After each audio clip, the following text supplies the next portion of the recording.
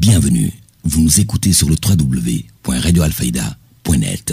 Alfayda, c'est la référence. 12h à la grande mosquée de Medina Baye, 12h ici à l'immeuble Cheikh Imam Hassan Cissé d'où nous émettons, 12h également à Léona Niassène et à Léona Kanine.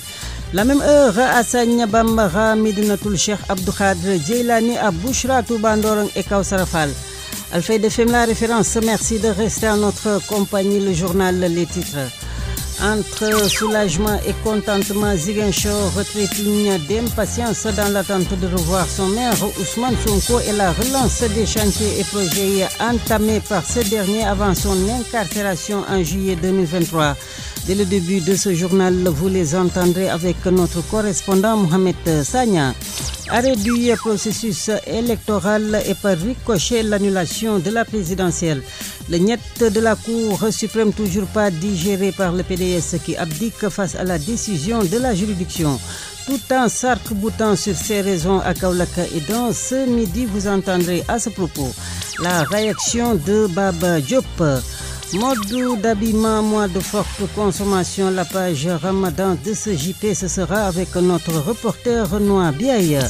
La rubrique Apprendre ensemble, autrement la page internationale sportive, mais aussi celle qui sera consacrée au quotidien sénégalais paru ce matin, ce sera dans la deuxième partie de cette édition. La technique est derrière l'abeille vitrée Code Sec Kenemé. Restez avec nous tout de suite, le développement. Le journal Neifatou Cissé. Je vous le disais tantôt, Ziguinchor, les habitants de la capitale du Sud se réjouissent de la libération de leur maire Ousmane Sonko, tout en affichant leur vœu de voir se réaliser les projets lancés par ce dernier avant son incarcération. C'est un reportage qui porte donc la signature de notre correspondant Mohamed Sagna. Arrêté le 28 juillet 2023, le maire de Ziguinchor, Ousmane Sonko, a humé l'ère de la liberté ce 14 mars 2024, une libération qui a suscité beaucoup de satisfaction à Ziguinchor. Je peux dire que tout le monde est content par rapport à cette libération du leader de l'ex-parti Pastef Ousmane Sonko. Et je peux affirmer que tout Ziguinchor est content parce que leur maire est libre. Je me réjouis le fait qu'il soit libéré et qu'il retrouve sa famille en bonne santé. C'est une très bonne chose. Quand nous lui souhaitons bon succès pour la suite. Des projets annoncés et finalement mise à l'arrêt à cause de son arrestation. Selon les habitants rencontrés, ils espèrent que cette libération serait une occasion pour la mise en œuvre de ces projets.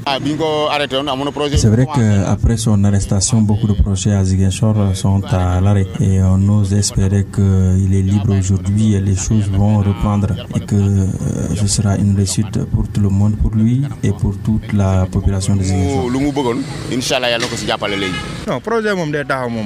On croit fermement à la réalisation de ce projet. Ça, je ne vois pas quel serait l'obstacle qui va freiner l'envol de ce projet. Ziguinchor, on peut dire que ça sera pour bientôt. On oubliera toutes les difficultés qu'on traverse en ce moment.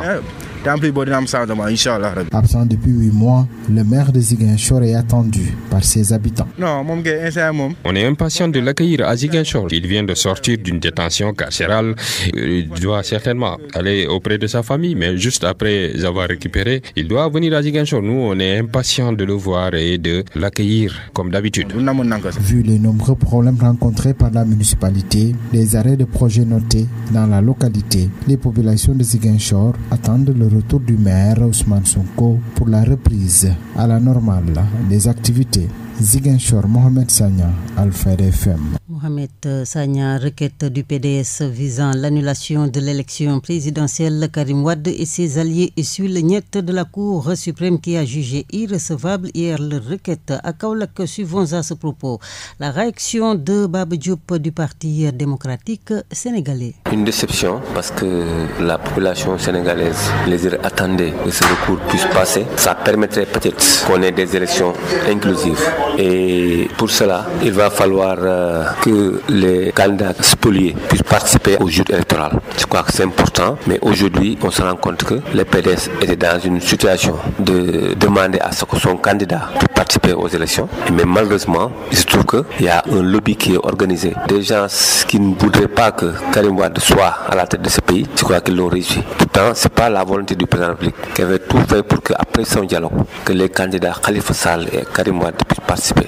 Maintenant, ce qui montre aujourd'hui que le Conseil constitutionnel dépasse maintenant Macky Sall. Pourtant, c'est lui qui les avait nommés et aujourd'hui, il lutte et le vogue à contre-courant. Pour ce que le président veut, je crois que le Conseil constitutionnel met un frein. Et maintenant, par rapport à la question, la dernière injustice qui a été déclenchée par le Conseil constitutionnel, on ne peut pas comprendre que le Conseil constitutionnel qu'on dise que toutes ces décisions ne sont passibles d'aucun recours, que lui-même en tant que Conseil constitutionnel, il se permet de se dédire, de dire que moi, parce qu'en amont, il avait dit qu'il appartient à l'autorité administrative de décider le choix de la date. À la grande surprise générale, les populations ont peut-être poussé le Conseil à donner une date, et maintenant, après avoir donné la date du 31, il est revenu pour revenir rejoindre Macky Sall qui avait choisi le 24. Membre du PDS Kaolack Baba Diop en réaction à la décision de la Cour suprême qui hier a rejeté la requête visant l'arrêt du processus électoral et par ricochet donc l'élection présidentielle prévue le 24 mars. Il revient ici sur les raisons qui sous-tendaient leur demande, suivant-le toujours dans ses propos recueillis par Cheikh Tidiane Diagne. Les recours du Conseil constitutionnel ne sont pas immuables. À partir de ce moment, on ne peut pas accepter que ce même Conseil qui a vu qu'après l'éviction de Karim Wade, qu'il y a une autre candidate qui a eu à déceler sa double nationalité. Donc à partir de ce moment, le Conseil devait reprendre tous les candidats pour avoir la certitude que tous les candidats ont la double nationalité. Et aujourd'hui, la seule constance est que c'est seul Karim Wade qui est de nationalité sénégalaise. Aujourd'hui, au moment où je vous parle. Et les autres, on cite des personnes. Est-ce qu'il ne devait pas rompre, arrêter et reprendre le processus pour voir est-ce qu'il va élire un élément qui va être président de la République avec une double nationalité.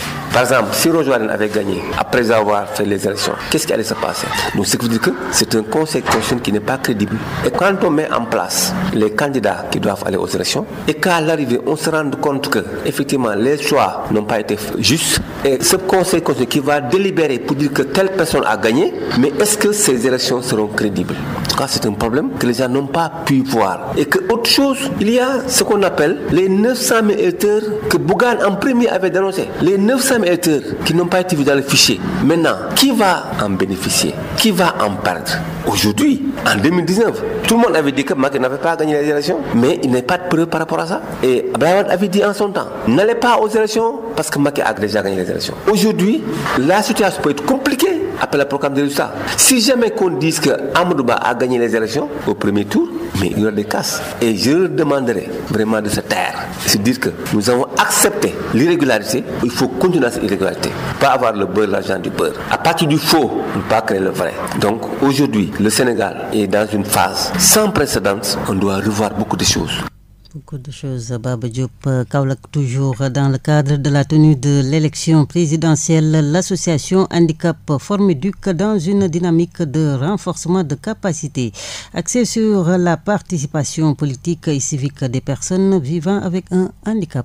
Dans le cadre du programme Net Élection, le programme Net Élection est financé pour cette deuxième phase par l'USAID avec l'appui technique du NDI. Cette deuxième phase, le programme a habilité 10 organisations de la société civile, dont Handicap Formiduc. Chaque organisation doit donc faire l'éducation civique électorale dans une région. La région dédiée à Handicap Formiduc, c'est bien sûr la région de Kaolack. Nous sommes revenus le 1er février pour faire le lancement du projet pour la participation politique et civique des personnes handicapées. Et ce projet qui doit être déroulé dans le cadre de ce programme Net Élection par l'association Handicap Formiduc est mis en œuvre dans 3 départements de la région. Il s'agit du département de Kaolack, du département de Guinguinéo et du département de Nioro. Alors aujourd'hui, nous venons démarrer une série de 7 forats qui vont être menés pour l'éducation civique et électorale des personnes handicapées. C'est pour montrer aux personnes handicapées tous les changements positifs qu'il y a eu depuis 2021 avec le nouveau code électoral, notamment avec l'article L30, l'article L69 et l'article L80. Désormais, on voit que les personnes handicapées qui avaient des difficultés d'accéder à leur bureau de vote peuvent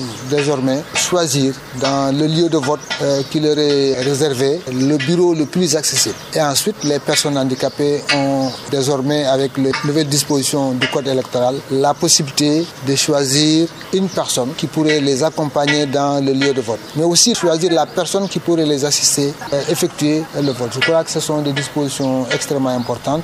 Et puis, en marge du forum de Kaolack, le membre de l'association Formeduc est revenu sur la pertinence même des points abordés, le choix porté sur les personnes vivant avec un handicap. Réécoutons-le. Au niveau du ministère de l'Intérieur, on prend en compte cette dimension genre en mettant l'accent sur toutes les catégories de personnes handicapées afin que ces citoyens, qui sont des citoyens à part entière, qui ne sont pas des citoyens à part, puissent participer à l'élection présidentielle du 24 mars, mais aussi participer à toutes les élections. C'est également le lieu de rappeler aux personnes handicapées, à toutes les personnes qui vont être présentes au forum de Kaolack, au-delà des dispositions juridiques nationales, je parlais tout à l'heure du code électoral, qu'on a aussi des dispositions internationales. Bien sûr, la Convention internationale des droits des personnes handicapées, le traité de Marrakech par exemple, mais aussi la Charte africaine des droits de l'homme et des peuples relative aux droits des personnes handicapées qui a été adoptée par l'Union africaine depuis le 29 janvier 2018. Donc ce sont des nouvelles dispositions qu'on voudrait partager avec les personnes handicapées pour montrer également que quand on parle d'élections inclusives, ce n'est pas uniquement avec les responsables des partis politiques, mais c'est aussi avec tous les citoyens. Tous les électeurs qui sont des citoyens sénégalais puissent participer de manière effective et en paix. L'actualité régionale, nationale, c'est sur Alfayda FM 90.1. 90.1 et nous émettons depuis l'immeuble Cheikh Imam Hassan Cissé dans la cité religieuse de Medina Baye. Les exploitants des carrières, les transporteurs et parties prenantes en atelier de partage sous le thème État des lieux et diagnostic des carrières au Sénégal. La rencontre tenue à Diamniadio mardi dernier a été présidée par le secrétaire général du ministère des Mines et de la Géologie. Aujourd'hui, je représente le ministre Omar Sarr à cet important atelier de restitution du livrable 2 qui va concerner l'état des lieux et le diagnostic du sous-secteur des carrières. C'est en vue d'élaborer une stratégie qui pourrait permettre d'optimiser les exploitations qui sont dans le sous-secteur et aussi pouvoir accompagner les grands travaux. Comme vous le savez, le plan Sénégal émergent durant ces 2 premières phases a engendré beaucoup de travaux. Ce sont les autoroutes, ce sont les projets ferroviaires, ce sont les autres grands travaux et surtout aussi la politique de logements sociaux et le développement, la montée en croissance des infrastructures nous ont valu une pression certaine sur les matériaux de construction parce que c'est des matériaux qui sont indispensables pour la réalisation des grands travaux, ce qui fait que ce qui a justifié aujourd'hui que nous puissions nous réunir avec les différents acteurs en vue de faire un diagnostic exhaustif de la situation pour pouvoir déceler toutes les contraintes et toutes les difficultés majeures qui empêchent à ce sous-secteur de pouvoir répondre de façon convenable à la demande des grands travaux et nous permettre dans un deuxième temps de pouvoir élaborer et définir ensemble une stratégie qui puisse permettre d'optimiser encore davantage le développement du sous-secteur en vue de mieux accompagner les grands travaux et chantiers de l'État. De l'État, Ibrahima Gueye, à l'instant, il est donc le secrétaire général du ministère des Mines et de la Géologie. Il tenait ses propos recueillis par notre correspondant Aronenia mardi à Diamniadio à l'ouverture d'un atelier axé sur l'état des lieux et le diagnostic des carrières au Sénégal.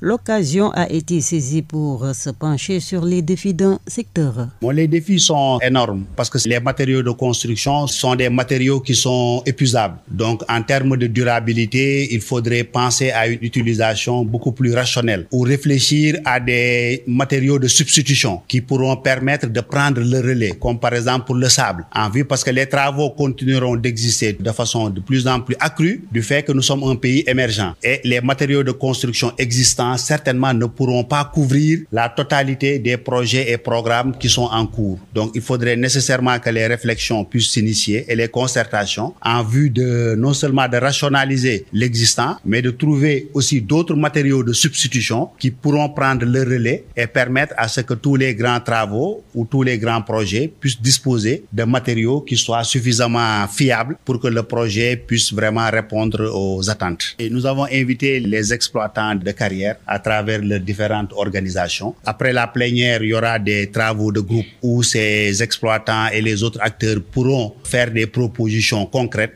Maintenant, une fois que le diagnostic sera bien stabilisé et partagé, nous pourrons ensemble aussi toujours aller définir une stratégie. Pas seulement le ministère des Mines, mais avec tous les autres ministères utilisateurs. Il y a le ministère des Infrastructures qui va être concerné. Il y a le ministère de l'Urbanisme qui est très fortement aussi concerné. Donc, il faudrait que ce soit une stratégie inclusive, interministérielle et qui pourrait permettre que nous puissions trouver les voies et moyens d'avoir un sous-secteur qui soit apte à accompagner de façon optimale tous nos grands travaux et tous nos grands chantiers.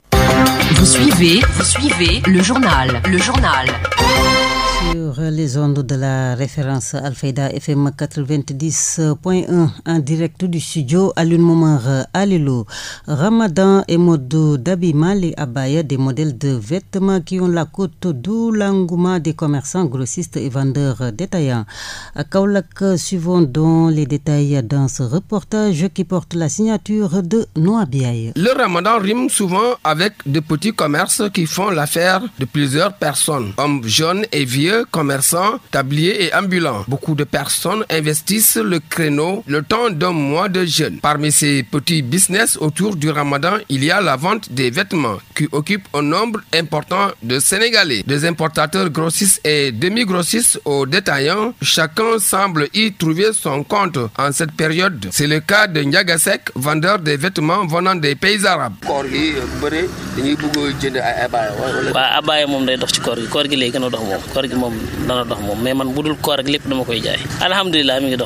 Ici sur place, on trouve en quantité et de différentes variétés accessibles à tous les bourses.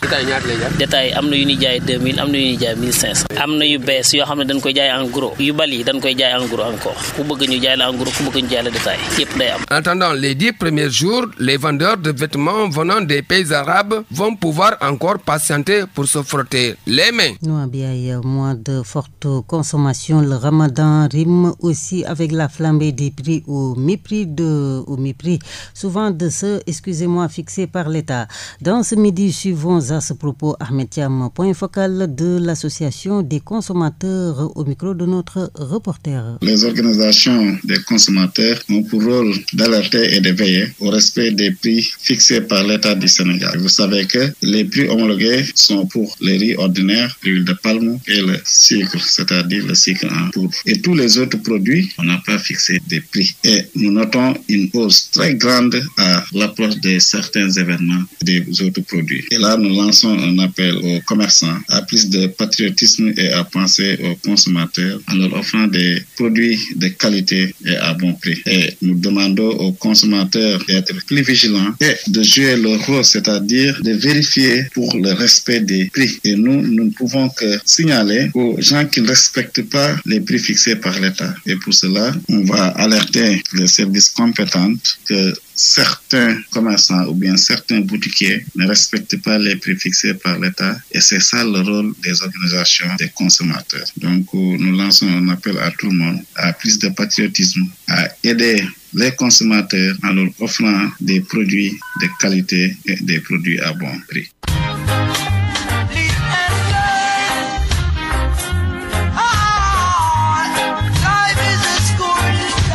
Code sec Kenemé, les élections présidentielles de 2024, des joutes qui vont se tenir dans des situations particulières. La rubrique Apprendre ensemble autrement ou Django Tibenen Anam s'intéresse dans un grand format à l'évolution historique du Sénégal, de la société à la politique. Et pour en parler, nous sommes justement avec M. Assanian, professeur d'histoire et de géographie en retraite.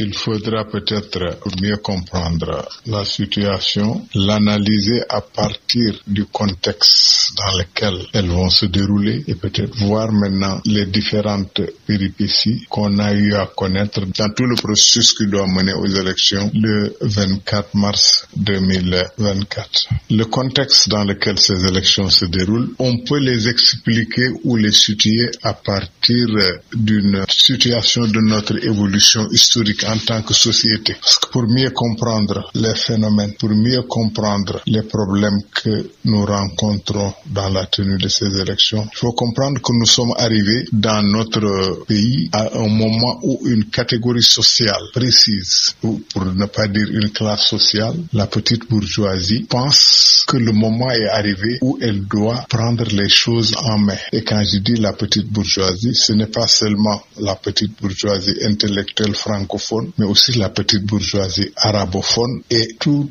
la petite bourgeoisie des secteurs économiques. Ils sont arrivés à un moment où ils se sont dit que, au fond, il est possible qu'ils s'impliquent dans la scène politique, qu'ils participent aux joutes électorales et qu'ils occupent des positions politiques, car on s'est rendu compte que ces positions politiques sont devenues des positions de rente. Être député président de la République procure des rentes énormes et permet aussi, quelle que soit l'occupation qu'on a par ailleurs, de pouvoir bénéficier des retombées. L'État étant vu en réalité comme étant la vache laitière pour toutes les catégories sociales. Le Sénégal a réussi 2 alternances en 2000 comme en 2012. L'alternance 2012 peut être analysée comme étant une alternance qui permettait de faire comprendre aux Sénégalais qu'il était possible, par le jeu démocratique, de changer les choses. Mais est-ce que changer, c'est changer de régime, changer de système ou simplement changer les hommes? Ayyuha al-Musalloun, il faut savoir qu'un sermon ne suffirait pas pour s'attarder dans les riches enseignements et leçons qu'il y a dans ce magnifique récit de Al-Isra wal-Mi'raj. Mais le but ici, c'est de vous donner quelque part l'eau à la bouche, de vous motiver afin de poursuivre ici les recherches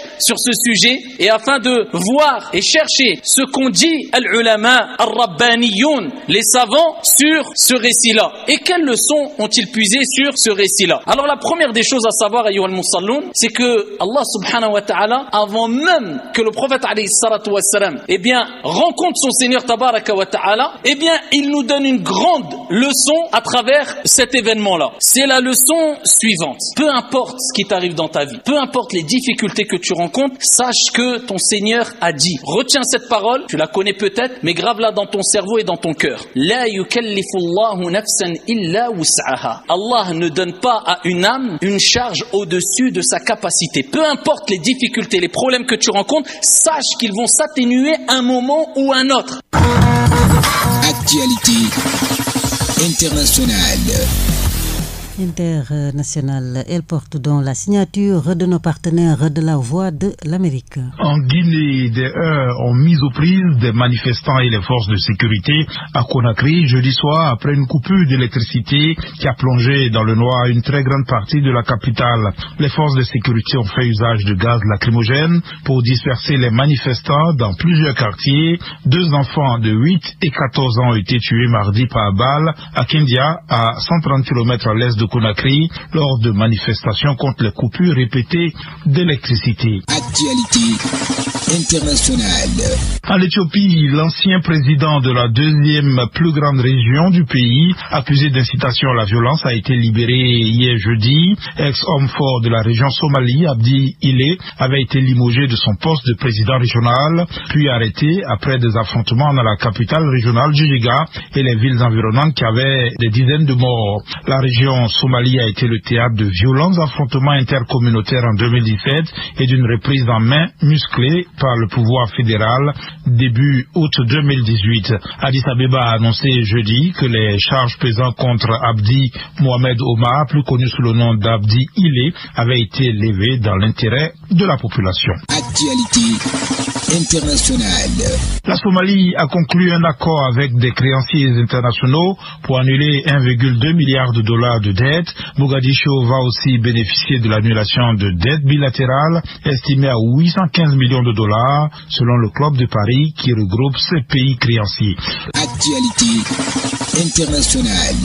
Un nouveau drame est survenu en Méditerranée avec au moins 60 migrants disparus en mer. Ils étaient partis des côtes libyennes, selon les témoignages de rescapés secourus par le navire humanitaire. Le pont aérien annoncé mercredi entre Haïti et la République dominicaine pour notamment acheminer de l'aide humanitaire devrait être opérationnel aussi vite que possible. C'est ce qu'a indiqué l'ONU jeudi. Des tirs ont été entendus jeudi à Port-au-Prince après 3 jours d'une accalmie relative, au moment où les tractations sur la création d'autorités de transition se poursuivent pour tenter de sortir le pays des Caraïbes de sa profonde crise et sécuritaire. Le gouvernement sortant a prolongé le couvre-feu nocturne jusqu'à dimanche dans le département de l'Ouest qui englobe la capitale Port-au-Prince. Actualité internationale. Le chef de file des démocrates au Sénat américain a appelé jeudi à des élections en Israël, qualifiant le premier ministre Benjamin Netanyahou d'obstacle pour la paix, une nouvelle illustration du changement de ton de Washington sur la gestion de la guerre à Gaza. La coalition gouvernementale menée par M. Netanyahou ne correspond plus aux besoins d'Israël après le 7 octobre, date du début de la guerre avec le mouvement palestinien Hamas, a déclaré Chuck Schumer lors d'un discours. Actualité internationale. Le président palestinien Mahmoud Abbas a nommé pour sa part un de ses fidèles, l'économiste Mohamed Mustafa, comme nouveau premier ministre au moment où l'autorité palestinienne affaiblie doit se placer dans la perspective de l'après-guerre à Gaza. Ancien conseiller économique du président Abbas, M. Mustafa, 69 ans, a occupé de hautes fonctions à la Banque mondiale ici à Washington. Actualité internationale.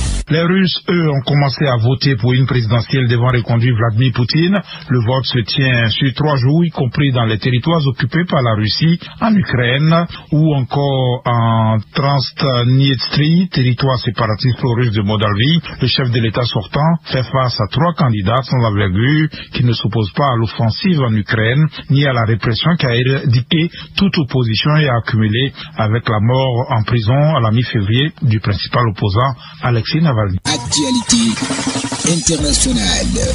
Et sport.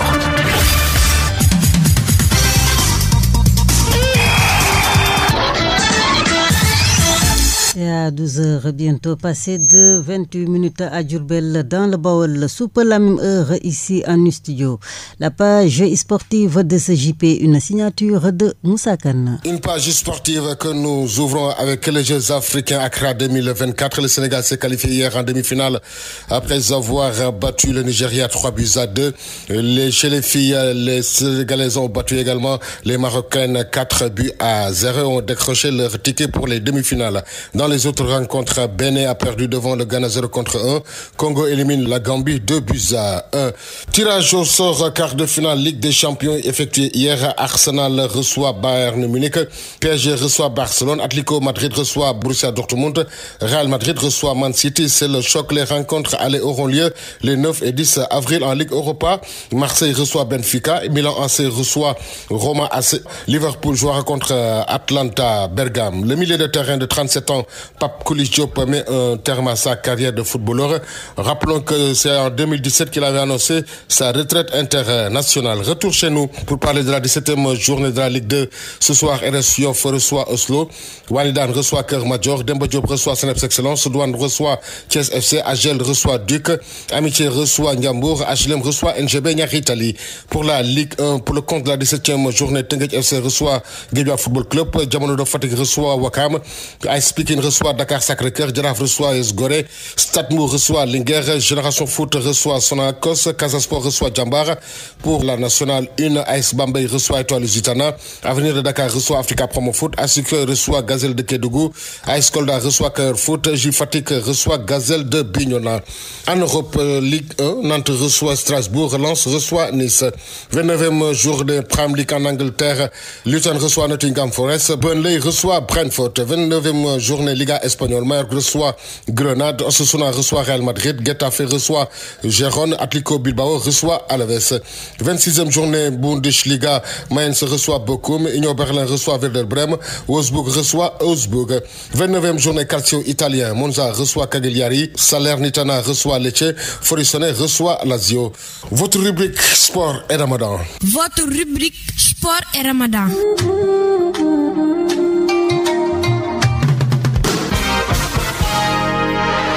Alfayda FM.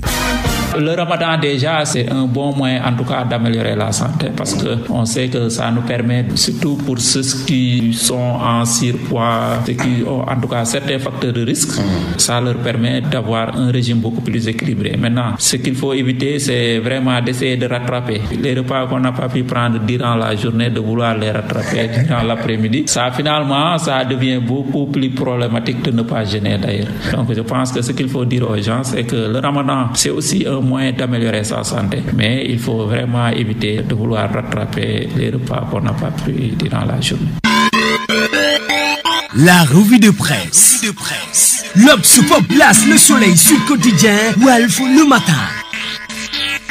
Et de la rédaction en studio Ngone Ndiaye à qui nous disons bonjour. Elle signe donc la revue des titres à la une des quotidiens sénégalais parus ce matin. Bonjour. Suspension du processus électoral. La Cour suprême dit niet, à en croire à nos confrères du journal Sud du Quotidien. Toutes les requêtes en référé pour l'excès de pouvoir contre la fixation de la date de la présidentielle ont été rejetées à l'audience de la Chambre administrative. Rejet du pourvoi du PDS et compagnie. La Cour suprême anéantit l'espoir des spoliés, souligne le journal LAS. Le PDS et compagnie a débouté à Le Soleil et Réveil quotidien, rejet du recours de Karim et compagnie. Le juge déclare les requêtes irrecevables. Un autre sujet qui a défrayé la chronique entre révélation et déballage. Le briefing à chaud de Sonko et Diomaye. Discussion avec Macky sur la loi d'amnistie, report des élections et le dialogue national.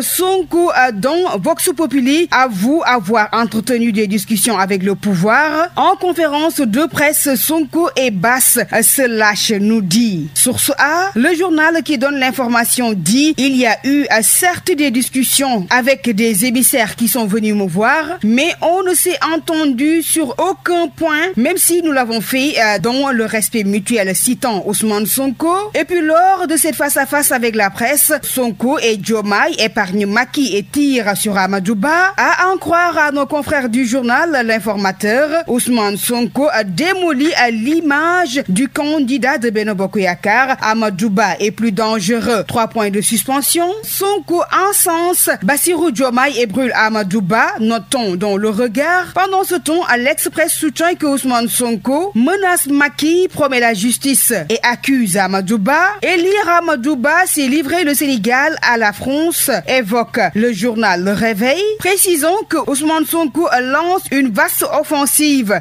contre le candidat de Benno Bokk Yakaar. Nous allons gagner avec plus de 60%, dit toujours le leader de l'ex-Pastef. Sonko Diomaye ouvre les hostilités, indique Walfadjri quotidien, en rendant compte de la première sortie d'Ousmane Sonko et de Bassirou Diomaye Faye organisée ce vendredi. Pour le journal Le Quotidien, la décrispation de l'espace politique, c'est le nouveau projet de Pastef. Et puis parlons de la campagne électorale. Les candidats draguent le pays à la une du journal Sud du Quotidien. Au journal de rappeler, Amadou Ba au nord du pays, Déthié Fall au Fouladou, Khalifa dans la Petite Côte, Thierno Alassane Sall à Ourossogui, Mamboy Diao à Matam et enfin Aliou Mamadou Dia à Saint-Louis. Au moment où Serigne Mboup de son côté en conférence de presse décline son programme Agir. C'était tout pour la revue des titres. Merci de l'avoir suivi. Très bonne journée à vous. Ndeye Fatou Cissé. Et à 12h bientôt passé de 34 minutes à Ndémen, non loin de Kassaville, le long de la rue El Hadji Abdoulaye Niasse et ici à l'immeuble Cheikh Imam Hassan Cissé d'où nous émettons en direct du studio Alioune Momar à Lilo. Voilà donc que c'est ici que se referme ce journal. Tout de suite le rappel des titres. Entre soulagement et contentement, Ziguinchor retrépigne d'impatience dans l'attente de revoir son maire Ousmane Sonko et la relance des chantiers et projets entamés par ce dernier avant son incarcération en juillet 2023. Dès le début de ce journal, vous les avez entendus avec notre correspondant Mohamed Sagna. Arrêt du processus électoral et par ricochet l'annulation de la présidentielle. Les miettes de la Cour suprême toujours pas digérées par le PDS qui abdique face à la décision de la juridiction.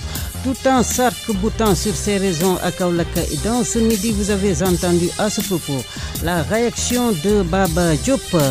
Mode d'habillement, mois de forte consommation, la page Ramadan de ce JP, une signature de Noir Biaye. Derrière l'abbaye vitrée Code Sec Keneme, à la technique de ce midi, 13h, la version Wolof de tout cela avec Ngone Ndiaye. À toutes et à tous, merci encore de nous choisir. Bon après-midi, très bon week-end et surtout bien des choses sur les ondes de la référence Al-Fayda FM 90.1. À quelques encablures de la grande mosquée de Medina Baye où il fera bientôt 12 heures passées de 38 minutes. Le journal Neifatou Sissé.